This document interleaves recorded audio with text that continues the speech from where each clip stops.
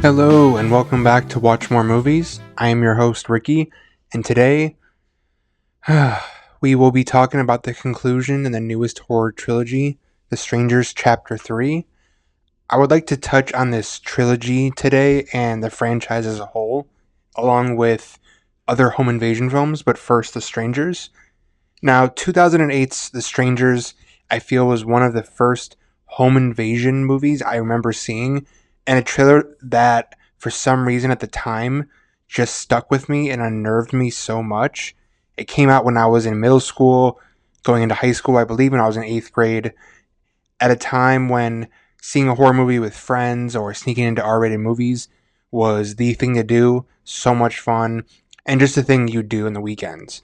Luckily, we weren't the obnoxious kind, so I don't think we really drew too much attention, but nonetheless, this was a very formative movie in that way, and those memories that always stick out to me. I still have the most vivid memory of seeing the original 2008 The Strangers in theaters with friends. It was me and three friends and a parent of one of our friends. We were somewhere near the back, and if you remember the scene, if you've seen it, where the lead character is hiding in the pantry, and then out of nowhere, one of the masked killers jumps in front of the door and scares the woman. As soon as that happened, I threw my popcorn in the air and made a scene with everyone around us because of the popcorn flying. Nothing bad happened, and no one was mad. It just kind of made everyone laugh it off because nearly the whole audience jumped at that moment, and I was the one to throw something in the air. Not to be finished, as I was getting dropped off at my house at the time, a similar ranch style home as the one in the movie. I was walking up the front walkway to the house, and my friend's dad decided to slam on the car horn and give me one last scare. What a night that that movie magic is made for. And it's obviously not the movie that's the defining horror movie of the century or anything like that, but it's just a very vivid memory I have seeing this movie in theaters when it came out, and it's always kind of stuck with me as far as movie experiences go at the theaters. To this day, that movie holds up to me personally, creating a sense of dread and the feeling that you can't escape what is just outside the door.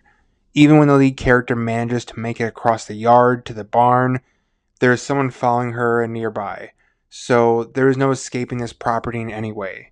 Or even when the couple manages to get into the truck to leave, there's already someone waiting for them at the end of the road, ready to ram their truck back into its spot.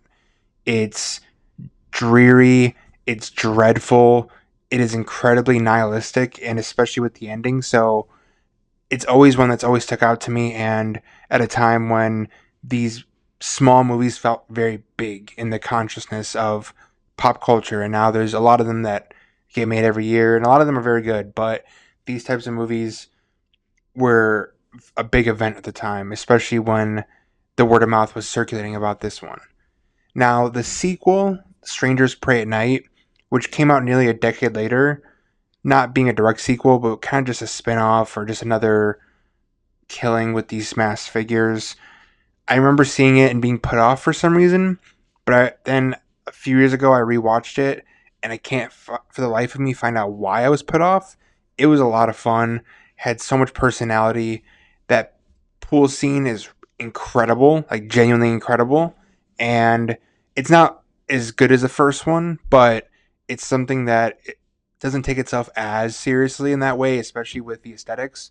So I personally find the first two movies a lot of fun to watch, especially if you're in the mood for kind of a killer vibe kind of movie.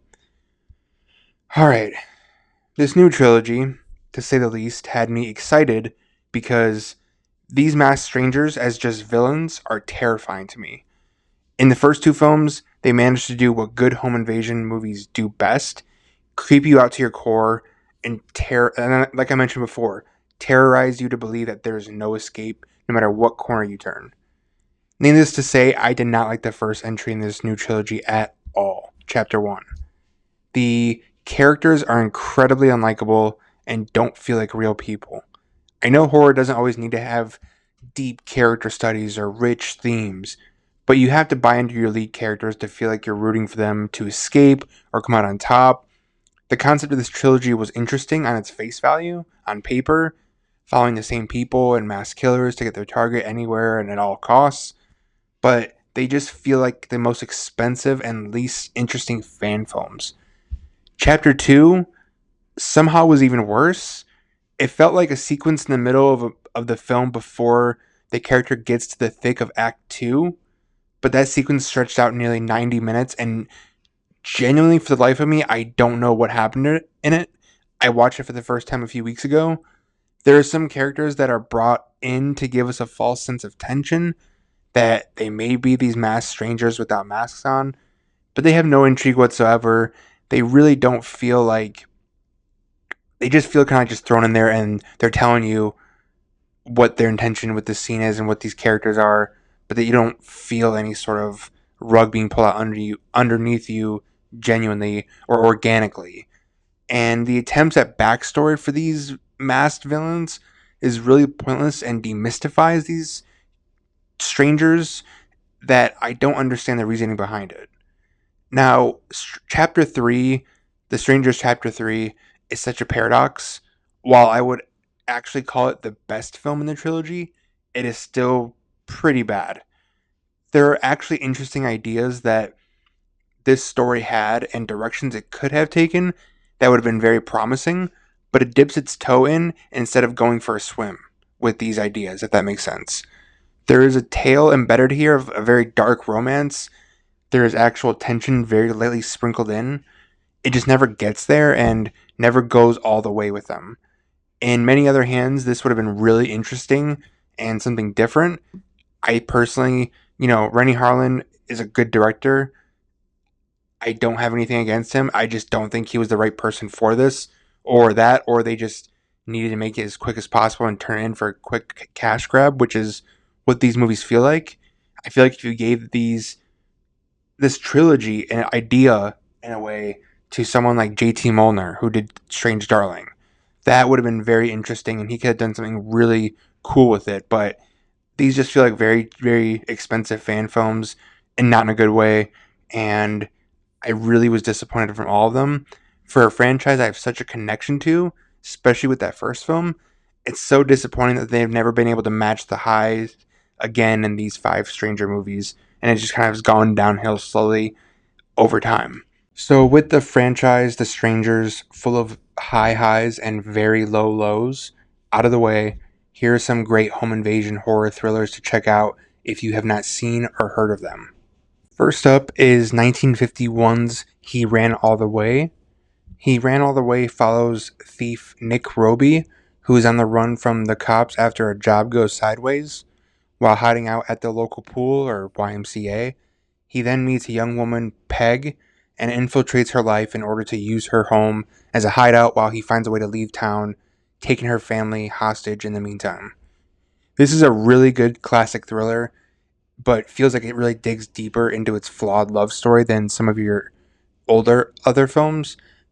There is this commentary on Nick and his toxic masculine insecurities that play with his power dynamic and ulterior motives, especially in retrospect during this time period. Holding his family up, a loving family at that, while his own mother doesn't want anything to do with him, is a really interesting dynamic that kind of unlayers itself or unfolds as itself throughout the story. The tension here is really strong, not always sure what his paranoid mind is telling us to be true or if it's just him. There are many moments like that that keep you on the edge of your seat.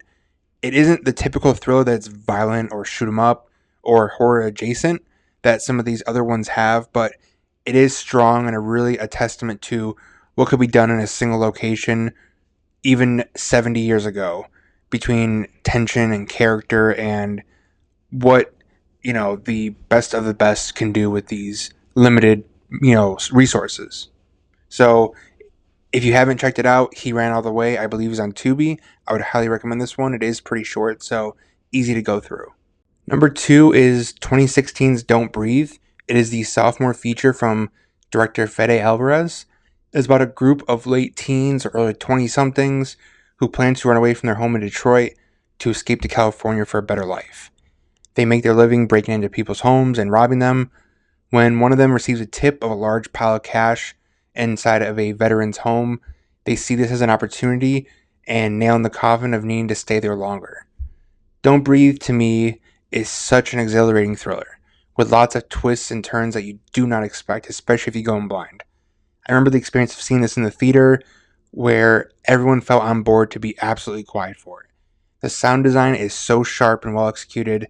You need the absolute best sound you can get to fully enjoy this film at its best.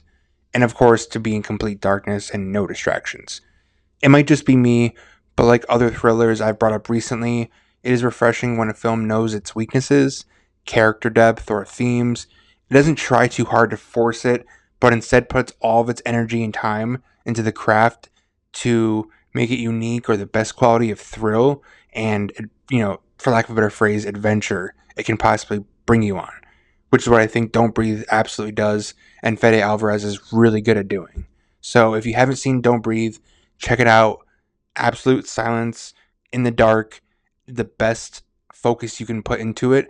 It isn't the pinnacle of horror thrillers, but it is best enjoyed when you are in complete focus, silence, and darkness. So I highly recommend Don't Breathe. Number 3 is 1997's Funny Games, directed by Michael Haneke. Follows a family at their vacation home along the lake in Austria. One day, two young gentlemen in golf outfits befriend the family, and as they talk more, terror ensues.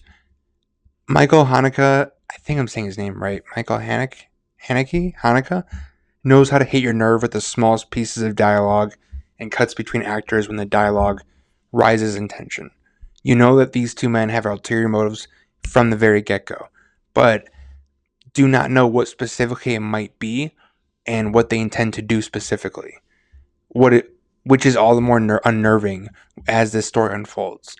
There is a great undercutting theme throughout: class, gender dynamics, especially when it comes to family and how power dynamics go back and forth. There is a very terrifying scene that sat in my gut. The camera sits still for several minutes, and the actors just pulverize you with fear and emotion as the camera lingers.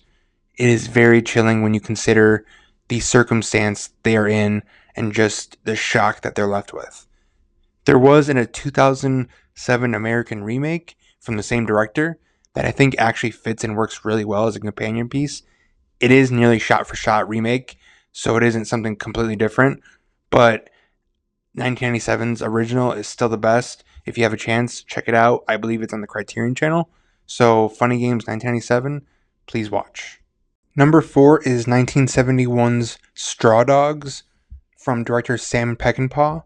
Follows a young couple, David and Amy, who move to Amy's home English countryside to settle down for a quieter life when the local Englishmen do not take kindly to an American moving in, led by Amy's old flame from years earlier. Things start to escalate in the tensions between the couple and the local townsmen. Dustin Hoffman is truly great here as a very insecure man and honestly a horrible partner, but someone who is way out of his element, both at home and in this town outside of where he's used to being at. He doesn't know how to truly care for his wife aside from intimacy in the bedroom and cannot connect on nearly any other level. The multiple aspects of toxic masculinity this tackles while also having this opposing force coming in and terrorizing is a really interesting angle that Peckinpah took, and I really would like to watch this again sometime soon to dive deeper into it because I feel like it's telling me so much that I'm just not picking up on the first viewing. But it is great, it is thrilling, and I highly recommend Straw Dogs. I believe it is on, if I'm not mistaken, Tubi. It might be on YouTube for free as well, and I think the Criterion channel. The final recommendation is 2002's Panic Room, directed by none other than David Fincher. It stars Jodie Foster and Kristen Stewart as a mother and daughter moving into a new home in New York after Foster has gotten divorced. As they are getting acclimated to the new home, one night 3 men break into the apartment in hopes to steal a load of money that is stored away in there from the previous owner. This, in terms of Fincher's nearly perfect filmography, is one of the more underrated ones and maybe his most unappreciated. This is a tight thriller that uses the space to add tension. It mainly takes place inside a room adjacent to the titular panic room, as well as obviously the panic room. But as soon as characters leave the main adjacent room, there is this breath that is lifted and simultaneously more nail biting when you expect someone to hear something from another story or down the hall if they're that close. I could do without Jared Leto. Nothing new. It's nothing new to say, but I just feel like I had to mention it. I do want to talk more in depth about Panic Room, which I'm saving for a future episode, since later this year is Fincher's Once Upon a Time in Hollywood sequel. So stay tuned for more on Panic Room. But in the meantime, I do highly recommend it. It is an easy watch to get through. It is really, really good. Thank you for tuning today to hear me talk about The Strangers, home invasion films. Despite this newest Strangers, I think by the time this comes out, already being out of theaters, but next week is a cool episode, loosely tied to the newest big release coming out that has some sentiment to myself. It is an episode I've been craving to talk about. You can follow the show on Instagram, Bluesky, and I now listed the show on Threads, so you can follow me there as well. Subscribe, comment, and like on YouTube, Apple, Spotify. It helps out a lot. Let me know of any other home invasion movies you like and what you think of the ones I talked about today, if I convinced you to watch them. And until next time, watch more movies.